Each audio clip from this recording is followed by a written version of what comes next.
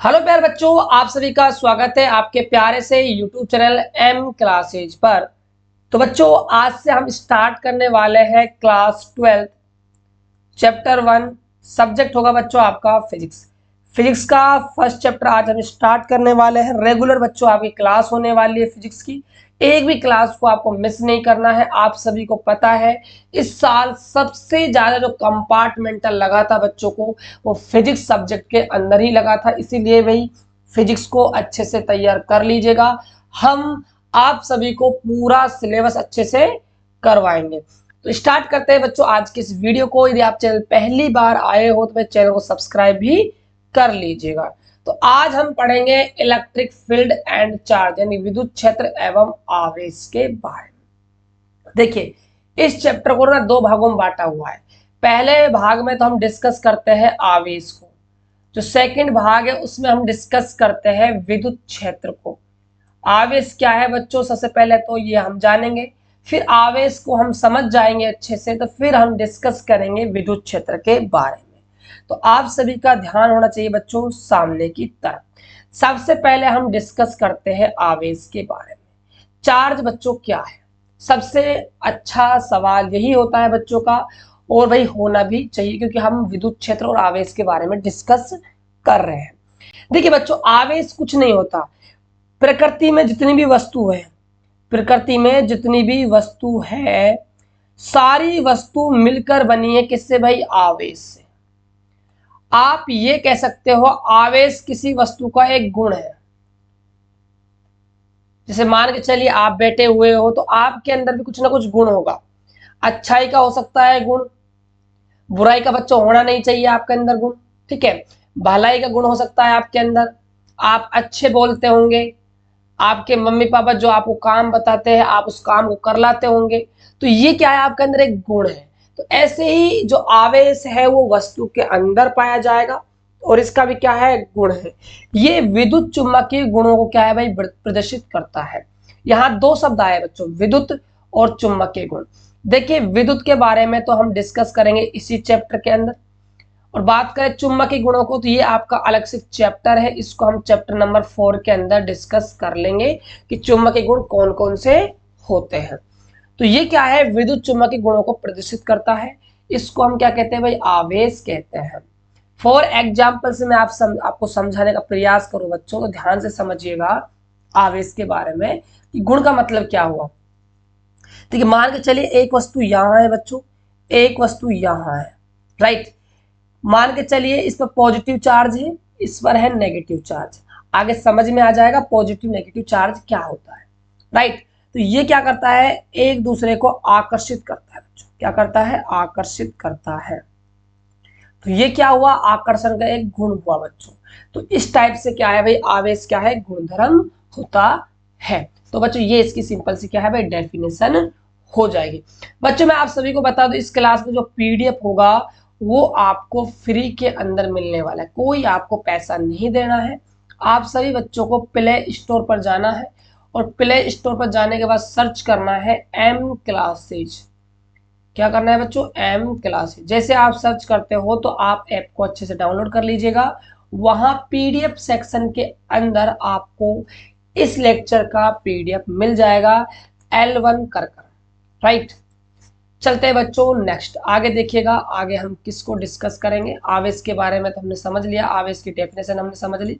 अब हम डिस्कस करते हैं नेक्स्ट, देखिएगा।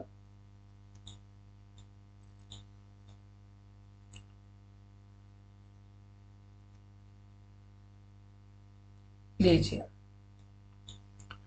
आ गया। देखिए, आवेश पढ़ लिया। अब आवेश के बारे में हम जानने की इच्छा है कि सर जी आवेश कितने प्रकार का होता है। तो आवेश जो बच्चों होता है वो मुख्यतः दो प्रकार का होता है। दो प्रकार का आपका आवेश पाया जाता है। बात की जाए कौन कौन से प्रकार का, तो एक तो होता है आपका धनात्मक आवेश जिसे हम पॉजिटिव चार्ज कहते हैं। इसको बच्चों डिनोट किया जाता है प्लस क्यू से। सेकंड होता है हमारा ऋणात्मक आवेश, इसको प्रेजेंट करते हैं माइनस क्यू से। दो टाइप का हमारा चार्ज होता है। और सिंपली यदि बात की जाए आवेश का प्रतीक चिन्ह क्या होता है, तो इसको हम माइनस, बच्चों माइनस नहीं, यहाँ बराबर आएगा, ठीक है। तो आवेश को हम क्यू स्मॉल से या फिर हम इसको कैपिटल क्यू से डिनोट कर सकते हैं। दो सिंबल आप यूज कर सकते हो आवेश के लिए, स्मॉल क्यू यूज कर लीजिए, अदरवाइज आप कैपिटल क्यू का भी इस्तेमाल कर सकते हो, कोई प्रॉब्लम नहीं है। आगे देखिए, वस्तु के अंदर आवेश मुख्यतः दो अवस्थाओं में पाया जाता है। मोस्ट इंपोर्टेंट है बच्चों ये, इस पर आप स्टार लगा लीजिएगा, यहाँ आपकी दिमाग की बत्ती जलनी चाहिए, क्योंकि यहां से बोर्ड में क्वेश्चन बनता है बच्चों ऑब्जेक्टिव। समझते हैं फिर किस टाइप क्वेश्चन पूछे गए हैं, फिर उसको हम अच्छे से डिस्कस करेंगे। माने चलिए कोई वस्तु है, तो किसी भी वस्तु के अंदर आवेश जो रहेगा वो दो अवस्थाओं में पाया जाएगा। पहली अवस्था तो है बच्चों स्थिर अवस्था और दूसरी है गतिशील अवस्था। क्वेश्चन बन जाए एग्जाम में कि वस्तु के अंदर आवेश कौन कौन सी अवस्थाओं में पाया जाता है, तो आप सभी का जवाब आना चाहिए कि सर जी स्थिर अवस्था और गतिशील अवस्था में पाया जाएगा। अब ये देखते हैं कि जब आवेश स्थिर अवस्था में पाया जाएगा तो क्या होगा, और जब आवेश गतिशील अवस्था में होगा तो क्या होगा। अब इसको हम देखने वाले हैं, तो आप सभी बच्चे ध्यान से देखिएगा। देखिए, जब बच्चों आपका आवेश जो है वो स्थिर अवस्था में होता है तो ये केवल बनाता है विद्युत क्षेत्र। क्या बनाता है भाई? विद्युत क्षेत्र।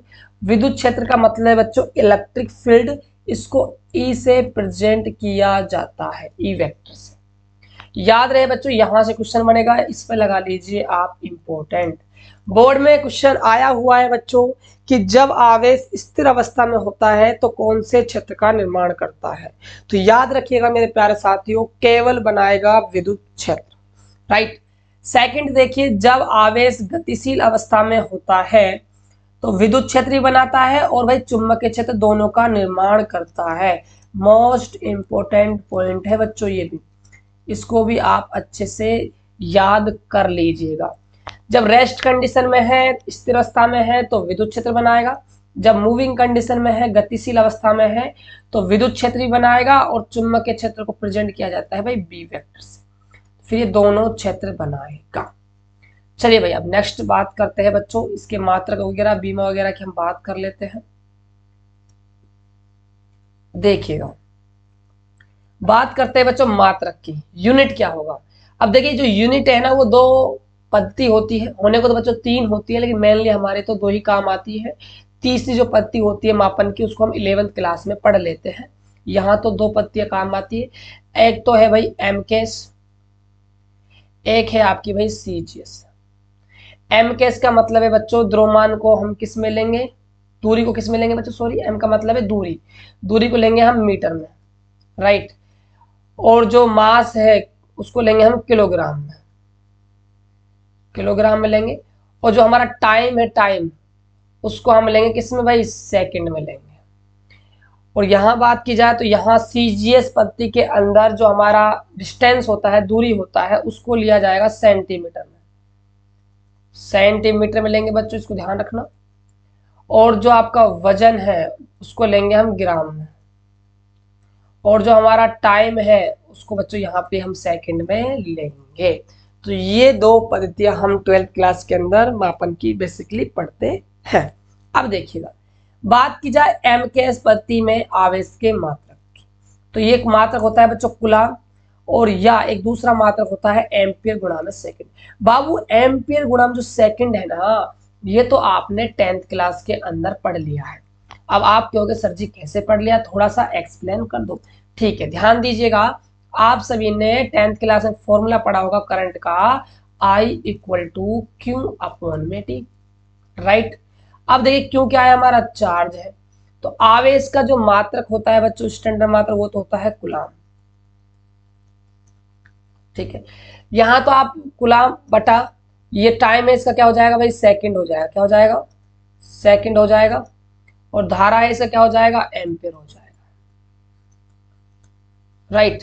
अब आपको तो आवेश बराबर कूलाम बराबर मात्रक चाहिए, तो कूलाम बराबर हो जाएगा एम्पियर, शॉर्ट टर्म लिख देता हूं बच्चों, और सेकंड। और कूलाम किसका मात्रक है, आवेश का, तो क्यू का मात्रक एक और बन जाता है एम्पियर गुणा में सेकंड। ये आपका हो गया एमकेएस पद्धति के अंदर। अब बात करते हैं सीजीएस पत्ती की। सीजीएस पत्ती में क्या होगा, तो सीजीएस पत्ती में बच्चों मात्रक इसका स्टेट कूलाम क्या है बाबू, स्टेट कूलाम होगा। इसको हम ESU भी बोलते हैं, ESU। अब देखिए कूलाम जो है वो भी आवेश का मात्रक है, बट कौन सी पत्ती में, एमकेएस में। जो आपका स्टेट कूलाम है वो भी आवेश का मात्रक है, कौन सी पत्ती में, सीजीएस में। तो दोनों आवेश के मात्रक है एमकेएस और सीजीएस में। तो इन दोनों में क्या होगा भाई, एक रिलेशन होगा। रिलेशन क्या होता है कि जो एक कूलाम होता है, एक जो कूलाम होता है वो 3 गुणा 10 की पावर 9 ESU के क्या होता है भाई, इक्वल होता है। ये आपस में क्या है, इनमें एक रिलेशन होता है। इस रिलेशन को भी आप अच्छे से याद कर लीजिएगा बच्चों। झारखंड बोर्ड जो है वो कहीं से भी क्वेश्चन पूछ सकता है, जैसा कि आप सभी कंपार्टमेंटल में देखा था, मन में जहां से आया वहां से क्वेश्चन उठाकर डाल दिया। वो जो लेवल था भाई बहुत ज्यादा हार्ड लेवल था, पता नहीं क्या करता है भाई, नींदों में पेपर बनाता है शायद, ऐसा लगता है बच्चों। चलिए, लेकिन आपको तो सारी चीज पढ़ाई जाएगी बच्चों, आप अच्छे से पढ़ते रहिए। अगला है आवेश का सबसे बड़ा मात्रक बच्चों फेराडे होता है। क्या होता है, फेराडे होता है। देखिए हम फिजिक्स के अंदर ना दो चीजें पढ़ते हैं, एक तो फेराडे पढ़ते हैं और एक बच्चों हम पढ़ते हैं फेरड। दोनों में अंतर है, याद रखिएगा। जो फेराडे होता है ना, फेराडे वो तो आवेश का सबसे बड़ा मात्रक होता है, और जो फेरड होता है वो धारिता का, धारिता यानी सी से प्रेजेंट करेंगे कैपेसिटी, उसका मात्रक फेरड बच्चों होता है। अंतर है तो सिर्फ आ की मात्रा का है और कुछ भी अंतर नहीं है। आगे ध्यान दीजिएगा, जो एक फेराडे होता है वो 96,500 कूलाम के बराबर होता है। कोई आपसे ऑब्जेक्टिव क्वेश्चन पूछ लेगी एक फेराडे किसके बराबर होता है, तो आप कहोगे 96,500 कूलाम के बराबर होता है। 96,500 कूलाम के बराबर होता है। चलिए भाई, अब देखो बड़ा मात्रक देख लिया फेराडे होता है, तो सबसे छोटा जो मात्रक होता है आवेश का तो वो होता है बच्चों क्वांटा। यहाँ ऐड कर लीजिए, यहाँ गलती से नहीं ऐड किया गया है, क्वांटा होता है। क्या होता है प्यार बाबू, क्वांटा होता है आवेश का सबसे छोटा मात्रक। ये तो हुई बच्चों मात्रकों की बात। अब चलते हैं नेक्स्ट टॉपिक की ओर। अब हम डिस्कस करेंगे बच्चों आवेश के गुणधर्मों को। चलो एक बार ये और देख लेते हैं बच्चों, वीमा और देख लेते हैं इसकी, है ना, वीमा क्या होगी। बेसिकली एग्जाम में पूछता तो कोई है नहीं आवेश की वीमा, लेकिन फिर भी आपको पता होना चाहिए। देखिए वीमा बच्चों सबसे जो बड़ी समस्या होती है बच्चों को, मैं सुनता हूँ कई बार मैसेज वगैरह आते हैं, बच्चों की कॉल भी आते हैं, वो बोलते हैं कि सर जी हमें वीमा निकालने में काफी प्रॉब्लम आती है। तो ऐसा क्यों है भाई, देखिए वीमा निकालना बिल्कुल आसान है, बिल्कुल आसान है। यदि आपको सूत्र पता है तो आप वीमा आसानी से निकाल सकते हो। अब आपको जो वीमा निकालनी है वो आवेश की निकालनी है, तो आवेश के सूत्र में आता है वो देखिए पहले तो आप क्या होगा सर जी, अभी तो आपने बताया था आई बराबर होता है क्यू बटा में टी। यहां से हम क्यू निकालेंगे तो क्यू बराबर हो जाएगा आई गुणा में टी। बिल्कुल सही बात है बच्चों। अब देखिए धारा, धारा का जो मात्रक होता है वो होता है एम्पियर, इसकी तो हो जाएगी A1, टाइम की हो जाएगी T1, राइट।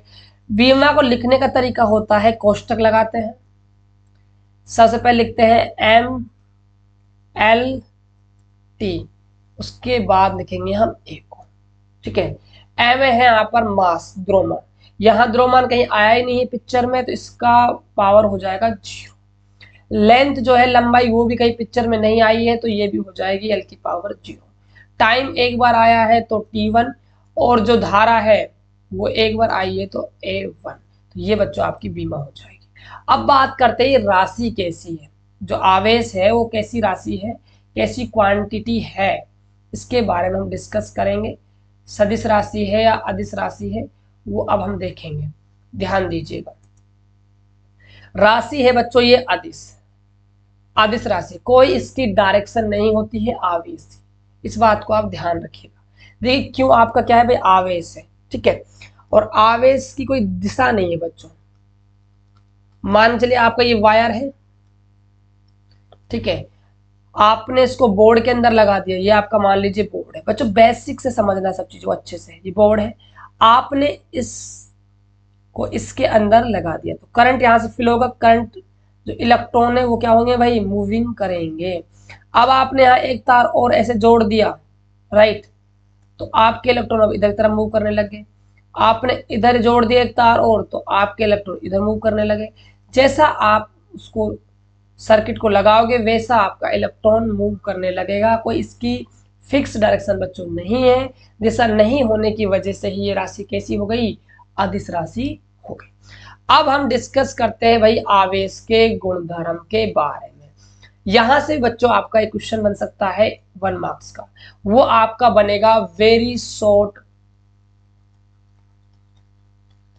टाइप क्वेश्चन के अंदर, वेरी शॉर्ट टाइप क्वेश्चन के अंदर आपसे पूछेगा कि आवेश के कोई 2 गुणधर्म लिखिए।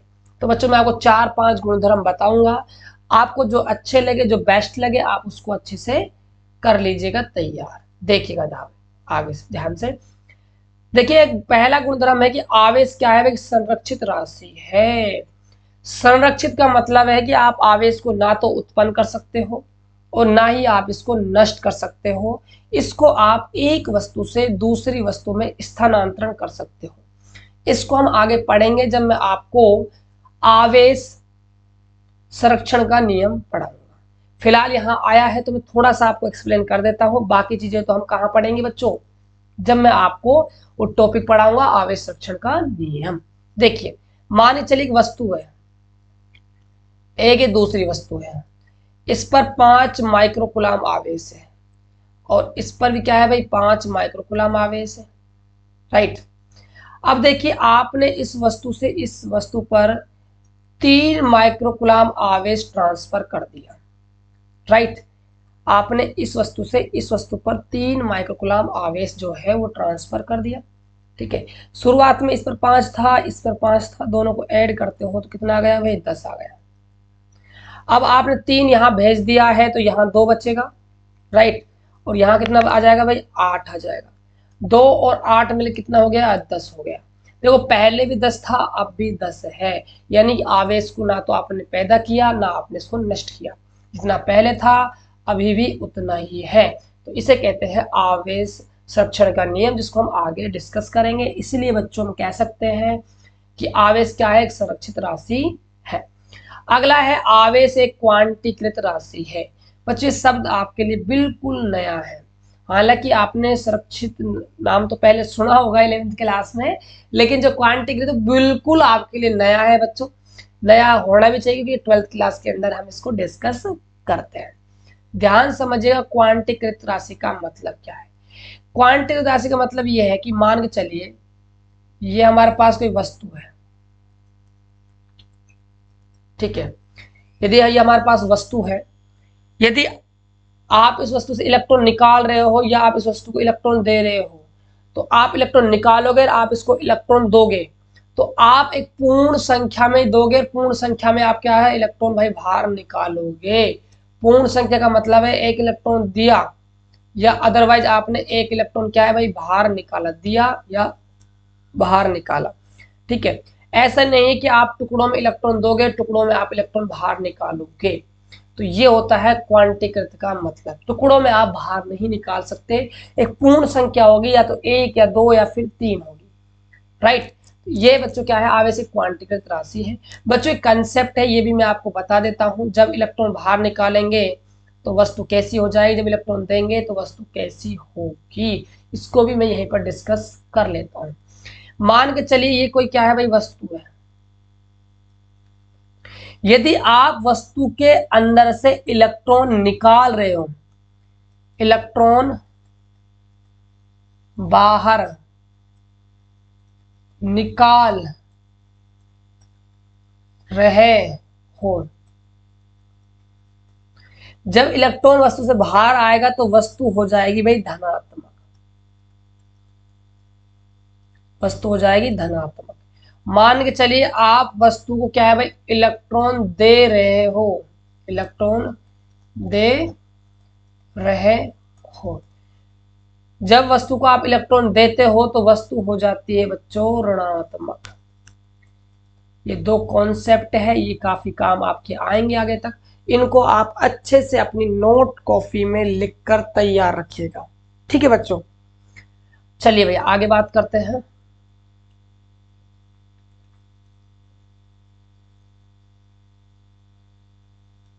अब अगला है आपका सजातीय आवेशों के मध्य प्रतिकर्षण बल लगता है तथा विजातीय आवेशों के मध्य आकर्षण बल लगता है। ये लाइन मोस्ट इंपोर्टेंट है। यहां से बोर्ड में क्वेश्चन उठता है बच्चों ऑब्जेक्टिव, और ऑब्जेक्टिव ऐसा क्वेश्चन आता है कि अच्छे अच्छे बच्चों के पसीने निकाल देता है बच्चों। क्वेश्चन इसलिए शानदार बनता है क्योंकि यहाँ पर कंसेप्ट काम में आता है। पहले मैं आपको समझाता हूं, फिर बच्चों हम एक टॉपिक रिलेटेड यानी TRQ करेंगे। TRQ का मतलब है टॉपिक रिलेटेड क्वेश्चन। तो पहले तो इस पॉइंट को हम डिस्कस करते हैं अच्छे से। मान के चलिए एक वस्तु ये है, एक वस्तु ये है, पास पास रखी हुई है। एक वस्तु ये है, एक वस्तु ये है, ये भी पास पास रखी हुई है। इस पर प्लस चार्ज है, इस पर प्लस चार्ज है। एक वस्तु ये है, एक वस्तु ये है। इस पर माइनस चार्ज है, इस पर माइनस चार्ज है। इस पर प्लस है, इस पर माइनस है। एक वस्तु यहां रखी हुई है, इस पर माइनस है और इस पर क्या है भाई प्लस है। ठीक है बच्चों, इस पॉइंट के नीचे इन चीजों को आप नोट कर लेना बच्चों बाद में, ठीक है। नोटबुक आपके साथ बच्चों होनी चाहिए, ठीक है। अब देखिए, तो इन दोनों के बीच कौन सा बल लगेगा, इन दोनों के बीच कौन सा बल लगेगा, इन दोनों के बीच कौन सा बल लगेगा, इन दोनों के बीच कौन सा बल लगेगा। तो देखो यहाँ पॉइंट लिखा हुआ है सजातीय आवेशों के मध्य लगता है प्रतिकर्षण। सजातीय का मतलब होता है जिनकी जाति क्या हो, एक ही हो। जाति एक होने का मतलब देखो ये भी प्लस का, ये भी प्लस का, ये भी माइनस का, ये भी माइनस का, तो यहां लगेगा आपका प्रतिकर्षण बल। क्योंकि यहां पर जाति क्या है, इनकी समान है, तो प्रतिकर्षण बल लगेगा। विजातीय, विजातीय का मतलब जिनकी जाति क्या हो भाई, अलग अलग हो। तो देखो ये प्लस है, ये माइनस है, ये माइनस है और क्या है प्लस है। जाति क्या हो गई इनकी, अलग अलग हो गई। और जब जाति अलग अलग होती है तो बल लगता है आपका आकर्षण। तो यहां पर आपका बल लगेगा आकर्षण, राइट। ये बच्चों आपका पॉइंट था। अब हम करेंगे TRQ। इस पॉइंट पर कुछ रिलेटेड क्वेश्चन जो बच्चों आपका दिमाग सब खोल के पटक देगा, ठीक है। दिमाग बच्चों इस क्वेश्चन करने के बाद आपका खुल जाएगा कि वास्तव में ही हमने कुछ अच्छा अच्छा टॉपिक सर ने पढ़ाया है, और पढ़ने के बाद बच्चों मजा ही आ गया। आप कमेंट बॉक्स में जरूर लिखना बच्चों कि आपको क्लास कैसी लग रही है, राइट। और जितना हो सके अपने दोस्तों के पास वीडियो को भी शेयर भी कर दिया करो। देखिए, दो आवेश Q1 तथा Q2 पर लगने वाले बल की प्रकृति बताओ। प्रकृति का मतलब होता है प्यारे दोस्तों आकर्षण बल लगेगा या फिर प्रतिकर्षण बल लगेगा, यह है प्रकृति का मतलब। अब देखिए, पहला क्वेश्चन है कि Q1 Q2 यानी Q1 आवेश और Q2 आवेश जो मल्टीप्लाई हो जीरो से क्या है भाई छोटा है, तो बल कौन सा लगेगा, आकर्षण लगेगा या फिर प्रतिकर्षण लगेगा। सेकंड पॉइंट है Q1 Q2 बड़ा है इन दोनों का मल्टीप्लाई जीरो से, तो बल की प्रकृति क्या होगी, आकर्षण या प्रतिकर्षण। अगला है कि Q1 और Q2 का जो मल्टीप्लाई हो जीरो के बराबर है, तो फिर कौन सा बल लगेगा, आकर्षण या फिर प्रतिकर्षण। देखिए बच्चों कॉन्सेप्ट समझे, थोड़ा सा मैथ में इस्तेमाल करने वाला हूं, समझिएगा ध्यान से। देखिए मुझे आप एक बात बताइए, जब हम प्लस को बच्चों प्लस से गुणा करते हैं तो हमें क्या मिलता है, प्लस मिलता है, ठीक है सर जी। जब हम माइनस को गुणा करते हैं प्लस से तो क्या मिलता है, हमें माइनस मिलता है। जब हम प्लस को गुणा करते हैं किससे, माइनस से, तो हमें क्या मिलता है, माइनस मिलता है। और जब हम माइनस से गुणा करते हैं माइनस को तो हमें क्या मिलता है भाई, प्लस मिलता है। ये सबको पता होगा बच्चों, ये चीजें काम आएगी इस क्वेश्चन को करने के लिए। ये तो बेसिकली चीजें हैं बच्चों, आपको पता ही होगी, ज्यादा खास है नहीं। अब देखिए, अब Q1 और Q2 का जो मल्टीप्लाई है वो जीरो से छोटा है। आप सोच के देखिए, दो संख्याएं है आपके पास और इन दोनों संख्याओं का जो मल्टीप्लाई है वो जीरो से छोटा कब आएगा। जीरो से छोटे का मतलब है इन दोनों को जो मल्टीप्लाई हुआ वो कैसा आया भाई, नेगेटिव आया। भाई 0 से छोटे का मतलब तो यही हुआ ना कि नेगेटिव मान आना चाहिए ना, नेगेटिव आना चाहिए, माइनस का मान आना चाहिए, दो संख्याओं का मल्टीप्लाई। तो आप सोच के बताइए दो संख्याओं का मल्टीप्लाई 0 से छोटा कब आएगा, तो अर्थात माइनस का कब आएगा। तो आप कहोगे सर जी इन दोनों संख्याओं में से एक संख्या होगी प्लस की और एक संख्या होगी माइनस की। यदि गुरुजी आप इसको माइनस की लेते हो तो फिर ये हो जाए किसकी, प्लस की। यदि आप इसको प्लस की लेते हो तो ये फिर संख्या किसकी हो जाएगी, फिर माइनस की लेनी पड़ेगी। यानी कि ये Q1 चार्ज है और ये क्या है हमारा Q2 चार्ज है। एक चार्ज प्लस का होगा, एक चार्ज किसका होगा, माइनस का होगा। इतनी बात हमको समझ में आ गई। अरे गुरुजी अभी तो आपने बताया था कि जब विजातीय आवेश होते हैं तो आकर्षण बल लगता है। तो सीधी सी बात है सर जी, यहां लगेगा आकर्षण बल। तो सभी बच्चे कमेंट करके बताएंगे सवाल आपको कैसा लगा। तो यहां लगेगा बच्चों आकर्षण। अब देखिए सेकंड क्वेश्चन क्या है, दोनों का मल्टीप्लाई 0 से बड़ा है।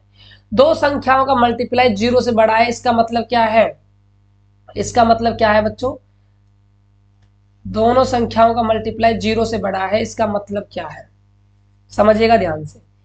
पहली संख्या दूसरी संख्या 0 से बड़ा मान मिल रहा है, इसका मतलब है दोनों का मल्टीप्लाई है पॉजिटिव।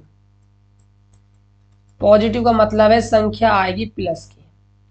और दो संख्याओं का मल्टीप्लाई करो, प्लस का मान कब कब मिल सकता है, देखो यहां पर या तो दोनों ही संख्या प्लस की हो या फिर दोनों ही संख्या किसकी हो, माइनस की हो, तो हमें प्लस मिल जाएगा।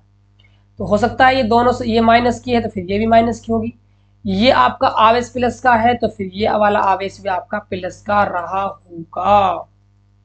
तो माइनस माइनस प्लस प्लस यहां हो गए दोनों सजातीय, और जब आवेश दोनों सजातीय होते हैं तो जो बल लगता है वो लगता है हमारा प्रतिकर्षण। तो यहां हमारा लगेगा प्रतिकर्षण बल। अगला देखिए दोनों आवेशों का मल्टीप्लाई 0 है। बच्चों दो संख्याओं का मल्टीप्लाई, दो संख्याओं का मल्टीप्लाई 0 कब आ सकता है, तो आप कहोगे गुरुजी दोनों संख्याओं में से एक संख्या क्या होगी, 0 होगी, दूसरी चाहे कुछ भी हो, उससे हमारा कोई लेना देना नहीं है। दो संख्याओं का मल्टीप्लाई तभी 0 आ सकता है जब दोनों संख्याओं में से एक संख्या क्या हो, 0 हो। जब एक संख्या 0 मतलब एक आवेश आपका 0 हो जाएगा तो ना तो आकर्षण लगेगा ना ही प्रतिकर्षण लगेगा, मतलब बच्चों यहाँ पर कोई भी बल नहीं लगेगा। ये आपको समझना होगा। आई होप कि आपको समझ में आ गया होगा। चलते हैं बच्चों, इसको आप नोट कर लीजिएगा अपनी कॉपी के अंदर, ठीक है, नोट करना है बच्चों आपको ये। आगे देखिए, अब हम डिस्कस करेंगे पॉइंट नंबर 4 को। अगला पॉइंट है बिना द्रव्यमान के आवेश का वितरण संभव नहीं है। ये लाइन आपको क्या बताती है, ये कहना चाहता है कि भाई जहां पर आपका द्रव्यमान होगा, जहां पर आपका द्रव्यमान होगा आवेश का वितरण वहीं पर होगा, और जहां द्रव्यमान नहीं होगा वहां आवेश का वितरण नहीं होगा। फॉर एग्जाम्पल जैसे मान के चलिए ये आपका क्या है, एक खोखला गोला है। खोखला क्या है बाबू, गोला है। हालांकि मैं आगे डिस्कस करूंगा इस खोखले गोले के बारे में भी, फिलहाल थोड़ा सा आप समझ लीजिए। अब देखिए बीच में कुछ नहीं है, बीच में द्रव्यमान नहीं है। यदि आप यहाँ पर आवेश ला के रखोगे तो आवेश यहाँ नहीं रुकेगा हवा में, वो क्या है सतह पर आवेश फैल जाएगा, सतह पर बाबू आवेश फैल जाएगा, क्योंकि जहां द्रव्यमान होगा वहीं हमारा आवेश फैलेगा, राइट। तो ये हुआ कि बिना द्रव्यमान के आवेश का वितरण संभव नहीं है। अगला है चालक पदार्थों में आवेश का वितरण होता है सतह पर। मोस्ट इंपोर्टेंट पॉइंट है बच्चों पूरी फिजिक्स के अंदर, ये पॉइंट मैं काम में लूंगा, इसको आप अच्छे से समझ लीजिएगा। देखो जितने भी चालक पदार्थ हैं यदि आप उनमें आवेश फैलाओगे, तो आवेश दोगे चालक पदार्थ को तो आवेश आएगा सतह पर, सतह पर आपका आवेश आएगा। यदि आपका कुचालक पदार्थ है और आपने उसको आवेश दिया तो ये आपका आएगा आयतन के अनुदिश। आयतन के अनुदिश का मतलब है अंदर फैल जाएगा। कुचालकों में आयतन में फैलता है और चालकों में सतह पर फैलता है। मोस्ट इंपोर्टेंट पॉइंट है बच्चों, छाप के रखिएगा, छाप लीजिएगा बच्चों। यहां से क्वेश्चन बने ना बने वो मुकद्दर की बात है, लेकिन इसको याद रखना बहुत अच्छी बात है। क्यों, क्योंकि पूरी फिजिक्स के अंदर मैं इस कॉन्सेप्ट को काम में लूंगा। आगे देखिए, आप सभी को मैं देने वाला हूं बच्चों महत्वपूर्ण गुरु मंत्र। ये गुरु मंत्र आप समझ लीजिए, यदि आपको समझ में आ जाता है तो आपकी 5 जो डेरिवेशन है फिजिक्स के अंदर वो आपकी सोल्व हो जाएगी। तो महत्वपूर्ण गुरु मंत्र की ओर चलते हैं और गुरु मंत्र को एक बार अच्छे से देखते हैं क्या गुरु मंत्र है। ठीक जी, देखिए ध्यान से हम डिस्कस करेंगे गोले के बारे में। सुनिएगा ध्यान से बच्चों, यहां से बोर्ड एग्जाम में क्वेश्चन तो पूछा जाएगा नहीं, लेकिन जब आगे हम डेरिवेशन करेंगे तो वहां इसका बहुत बड़ा बच्चों रोल होने वाला है। देखिए, गोले दो प्रकार के हैं बच्चों, गोले जो है वो दो प्रकार के हैं। एक तो है चालक गोला, एक है हमारा कुचालक गोला।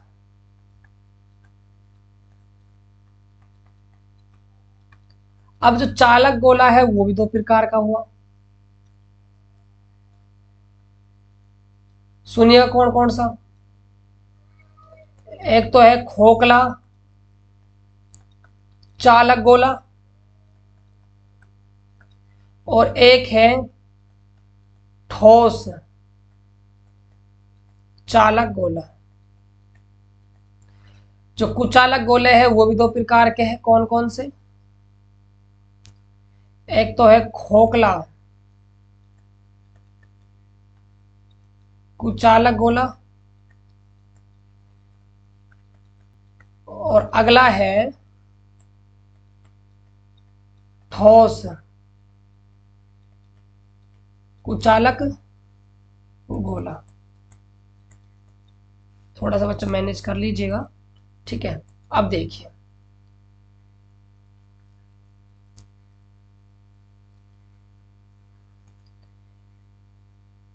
ये आपका गोला बनाया, ये आपका गोला, ये भी आपका गोला है और ये भी आपका गोला है। देखिए, ये चालक गोला कैसा है, खोखला है, मतलब कुछ भी अंदर इसके अंदर नहीं है। ठोस है तो मतलब इसके अंदर क्या है, मास है। खोखला कुचालक गोला है, ऐसे ही रहेगा। ठोस कुचालक है तो आपका ऐसा हो जाएगा। इतनी बात आपको समझ में आ गई होगी। अब देखिएगा ध्यान से, अभी मैंने आपको एक पॉइंट बताया था, इस पॉइंट पर आपने गौर फरमाया हो तो ये पॉइंट यहाँ काम आने वाला है। पॉइंट क्या है कि भाई चालक पदार्थों में आवेश का वितरण सतह पर होता है तथा कुचालक पदार्थों में आवेश का वितरण आयतन के अनुदिश होता है। तो जितने भी चालक है उसमें जो आवेश फैलेगा वो फैलेगा सतह के अनुदिश। अभी खोखला चालक गोला है तो आवेश कहाँ जाएगा भाई, सतह पर आ जाएगा। Plus plus plus plus plus और प्लस हो जाएगा। ये ठोस चालक गोला है, जो ठोस है बात ठीक है, लेकिन चालक वर्ड जहां जुड़ जाता है वहां हमेशा याद रखना है कि आवेश कहां फैलेगा भाई, सतह पर फैल जाएगा। चालक कैसा हो, ठोस हो खोखला हो, उससे कोई लेना देना नहीं है। चालक शब्द आया है तो आवेश फैलेगा सतह के अनुदिश। अगला है खोखला कुचालक गोला। बच्चों कुचालक है और हमने पढ़ा है कुचालकों में जो आवेश का वितरण होता है वो आयतन के अनुदिश होता है, लेकिन ध्यान दो ये तो खोखला है, आयतन तो है ही नहीं, अंदर द्रव्यमान तो है ही नहीं, तो अंदर तो आवेश जाएगा नहीं, फिर कहां जाएगा, सतह पर जाएगा। ये बात आपको समझनी होगी। अगला है ठोस है कुचालक गोला है, तो अंदर क्या है भाई, मास है, तो आवेश कहां फैलेगा, आयतन के अनुदिश फैलेगा। देखिए बच्चों, ये तो चालक गोला है, चाहे ठोस हो चाहे खोखला हो, तो आवेश कहां फैलेगा, सतह पर फैलेगा। ये खोखला कुचालक, कुचालक तो है बच्चों, हमने पढ़ा है कुचालक में आवेश का वितरण आयतन के अनुदिश होगा, लेकिन हमने उससे पहले एक पॉइंट और पढ़ा है कि बिना द्रव्यमान के आवेश का वितरण संभव नहीं है। तो इसके अंदर द्रव्यमान नहीं है तो अंदर आवेश नहीं जाएगा, फिर कहां आ जाएगा वो, सतह पर आ जाएगा। ये आपका बच्चों आयतन है इसके अंदर, तो अंदर फैल गया आयतन के अनुदिश।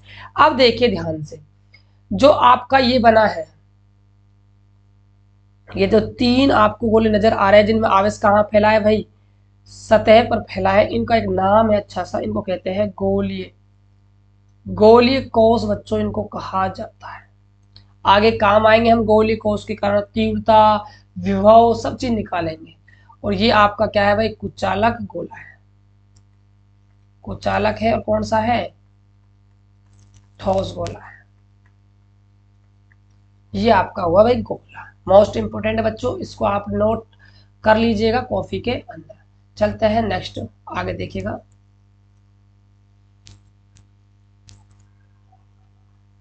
अब हम डिस्कस करेंगे बच्चों, अगला टॉपिक है हमारा आवेश के क्वांटीकरण का नियम। आवेश के क्वांटीकरण का नियम। नियम क्या कहता है बच्चों, ध्यान सुनिएगा। इस नियम के अनुसार किसी वस्तु पर कुल आवेश जो होता है वो इलेक्ट्रॉन के आवेश का क्या होता है भाई, पूर्ण गुणज होता है। इलेक्ट्रॉन का आवेश क्या होता है, पूर्ण गुणज। कहने का मतलब क्या है, ध्यान समझिएगा। मान लीजिए कोई वस्तु है, यदि आप इस वस्तु के अंदर से एक इलेक्ट्रॉन निकाल रहे हो तो माइनस का 1e लिख दोगे। यदि आप इसको एक इलेक्ट्रॉन दे रहे हो तो आप प्लस का 1e लिख दोगे। राइट। निकाल रहे हो वस्तु तो माइनस का 1e, आपने एक इलेक्ट्रॉन कमी कर दे रहे हो तो आपने एक इलेक्ट्रॉन क्या कर दी, इसमें वृद्धि कर दी। आप एक इलेक्ट्रॉन निकाल सकते हो, आप एक इलेक्ट्रॉन दे सकते हो। उसी प्रकार आप 2 इलेक्ट्रॉन निकाल सकते हो, 2 इलेक्ट्रॉन आप दे सकते हो। आप 3 इलेक्ट्रॉन निकाल सकते हो और आप 3 इलेक्ट्रॉन इस वस्तु को दे सकते हो। राइट। ऐसे करके बच्चों आप n इलेक्ट्रॉन निकाल सकते हो और आप n इलेक्ट्रॉन दे सकते हो।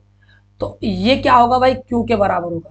आप वस्तु से इलेक्ट्रॉन निकालोगे तो वस्तु के चार्ज में क्या हुआ भाई, परिवर्तन हुआ।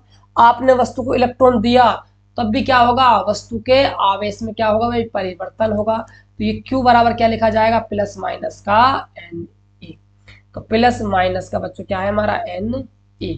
नियम है कि इस नियम के अनुसार किसी वस्तु पर कुल जो आवेश होता है वो इलेक्ट्रॉन के आवेश का क्या है भाई, पूर्ण गुणज होता है। पूर्ण गुणज का मतलब है एक पूर्ण संख्या होगी। क्या होगी भाई, पूर्ण संख्या होगी। जैसे 1 2 3 4 5 ऐसे होने वाली है।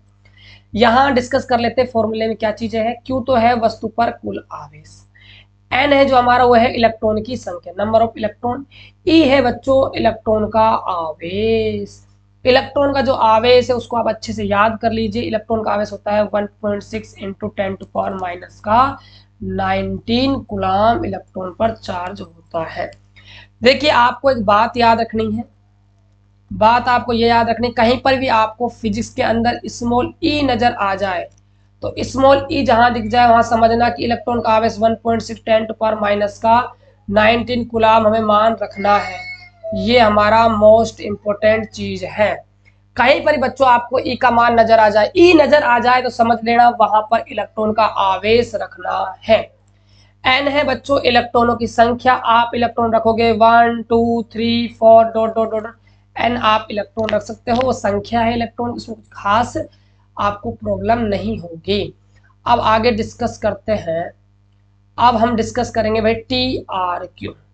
TRQ टॉपिक रिलेटेड क्वेश्चन, जो हमने टॉपिक पढ़ा है उस पर हम क्वेश्चन करने वाले हैं। पहला क्वेश्चन है, किसी वस्तु को एक कूलम से आवेशित करने के लिए कितने इलेक्ट्रॉनों का स्थानांतरण करना होगा। देखिए ध्यान से, आपको वस्तु को कितना चार्ज करना है, एक कूलम। तो Q कितना है आपका, एक कूलम। कितने इलेक्ट्रॉन निकालने पड़ेंगे, कितने इलेक्ट्रॉन मतलब आपको N निकालना है। राइट। अब देखिए आपको क्या निकला है फॉर्मूला, हम जानते हैं कि फॉर्मूला क्या होता है भाई, Q बराबर होता है Ne। राइट। अब आवेश से आपका एक N निकालना है, E का मतलब इलेक्ट्रॉन का आवेश आपको रखना है 1.6 इंटू 10 टू पावर माइनस का 19। राइट। अब N का वैल्यू निकालना है तो आप 1 में किसका डिवाइड कर दोगे, 1.6 इंटू 10 टू पावर माइनस। अब देखिए ऊपर 1 है, यहां से आप पॉइंट हटाते हो तो नीचे क्या है भाई आपका 10 आ जाएगा। बच्चों पॉइंट हटाना आपको आना चाहिए। पॉइंट के बाद जितनी संख्या है उतनी हम जीरो लगा देते हैं। तो 1.6 से पॉइंट के बाद एक संख्या है तो एक जीरो, गुणा 10 की पावर माइनस 19। अब देखिए ये पावर ऊपर जाएगी तो यहाँ माइनस की, देखो कुछ एक पावर है इसकी, ये ऊपर जाएगी माइनस की 1 हो जाएगी। कुल मिला के 10 की पावर माइनस का 20 हो जाएगा। ये ऊपर जाएगा तो 10 की पावर क्या हो जाएगा, प्लस का 20 हो जाएगा। बट्टा में क्या है हमारा 16। अब देखिए आप इसमें भाग लगाओगे 16 का, तो भाग कैसे लगाएगा, देखो 10 की पावर 20 इसको हम तोड़ सकते हैं, 100 गुणा में 10 की पावर 18 बटा में 16। क्योंकि देखो भाई 100 को हम क्या कह सकते हैं, 10 की पावर 2 और 10 की पावर 18 ऐड करेंगे 10 की पावर 20। अब यहाँ पर भाग लगाइए आप, पहले काट लीजिए, 4 टेबल से आपका कट जाएगा, यहाँ 25 आ जाएगा, 25 चौके 100 और 4 चौके 16, 10 की पावर 18 डिवाइड करिए, 6 चौके 24, एक बच्चा पॉइंट 10 हुआ, 4 दूनी 8, 2 बच्चा, 4 पंजे 20 गुणा में 10 की पावर 18 इलेक्ट्रॉन। तो एक कूलाम यदि आपको चार्ज करना है तो आपको इतने इलेक्ट्रॉन उस वस्तु से क्या करने पड़ेंगे भाई, स्थानांतरण मतलब बच्चों बाहर निकालने होंगे। तो ये बच्चों आपका था न्यूमेरिकल क्वेश्चन। ऐसे क्वेश्चन बच्चों बोर्ड एग्जाम में पूछे जाते हैं। अब बात करते हैं, एक आपका मॉडल सेट था, उसके अंदर एक क्वेश्चन आया था इस टॉपिक से रिलेटेड, उस क्वेश्चन को भी हम एक बार डिस्कस कर लेते हैं।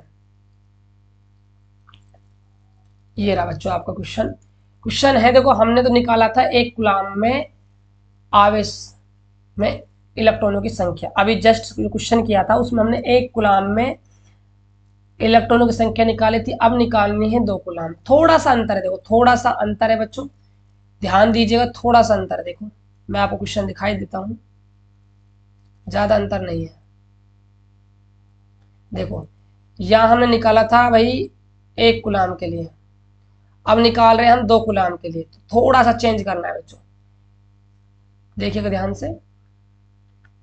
क्यों है हमारा 2 कूलाम, ई तो आप जानते हो इसका वैल्यू तो 1.6 10 की पावर -19 कूलाम है, तो फिक्स है। एन हमें नंबर ऑफ इलेक्ट्रॉन संख्या निकालनी, फॉर्मूला होता है क्यू बराबर में एन ई, यहाँ से एन निकालना है तो फॉर्मूला बन जाएगा N equal to Q upon में ई। क्यू का मान है 2, इसका मान है 1.6 इंटू 10 पावर माइनस का 19, 2 अपॉन में 1.6 बटा में क्या आ जाएगा, पॉइंट हटेगा तो 10 आ जाएगा, इंटू 10 पावर माइनस का 19, एन इक्वल टू, देखिए ध्यान से ऊपर जाएगा तो यहाँ से आप देखो 2 पार्ट से आप 16 को 8 बार काट दोगे, 1 बटा में 8 गुणा 1 बटा में, ये पावर ऊपर जाएगा तो माइनस का हो जाएगा, और ये माइनस का 19 ऐड होगा तो 10 की पावर क्या हो जाएगा, माइनस का 20 हो जाएगा, ऊपर जाएगा 10 की पावर 20 बटा में क्या आ जाएगा, यहाँ पर 8 आ जाएगा। आगे देखिएगा उसी प्रकार हम इसको 100 गुणा में क्या लिख लेंगे, 10 की पावर 18 लिख लेंगे, बटा में क्या है हमारा 8 है, 4 के टेबल से कट जाएगा, 25 चौके 100 और 4 दूनी 8 गुणा 10 की पावर 18, एन इक्वल टू, तो ये देखिए 2 एकम 2, 2 दूनी 4, पॉइंट 2 पंजे 10 गुणा में 10 की पावर 18 इलेक्ट्रॉन। तो ये बच्चों आपकी इलेक्ट्रॉनों की संख्या निकल कर आ जाएगी, इतने आपके क्या है भाई इलेक्ट्रॉन होंगे। ये बच्चों आपके जो मॉडल सेट है उसका ये क्वेश्चन है, काफी अच्छा क्वेश्चन है। बार बार बच्चों इस फॉर्मूले पर क्या है हमारा जो जैक बोर्ड है वो क्वेश्चन पूछता है, इसीलिए आप इस टॉपिक को अच्छे से, और मैंने आपको 2 न्यूमेरिकल भी करवा दिए, आई होप कि आपको ये सारी चीजें समझ भी आ गई होगी। तो आप सभी बच्चे कमेंट करके जरूर बताना, ये फिजिक्स का लेक्चर 1 था, चैप्टर 1 का, तो आपको कैसा लगा। आई होप कि आपको क्लास अच्छी लगी होगी। यदि क्लास आपको जैसी भी लगी हो बच्चों, अपनी प्रतिक्रिया जरूर आप कमेंट बॉक्स में दिखाइएगा। यदि चैनल पहली बार आए हो तो चैनल को सब्सक्राइब भी कर लीजिए ताकि आपको वीडियो को नोटिफिकेशन मिल सके। क्लास जो PDF है वो आपको M क्लासेज के ऐप पर मिल जाएगा, प्ले स्टोर से आप डाउनलोड कर लीजिएगा। तो मिलते हैं बच्चों नेक्स्ट लेक्चर के अंदर, तब तक के लिए बाय बाय, टेक केयर।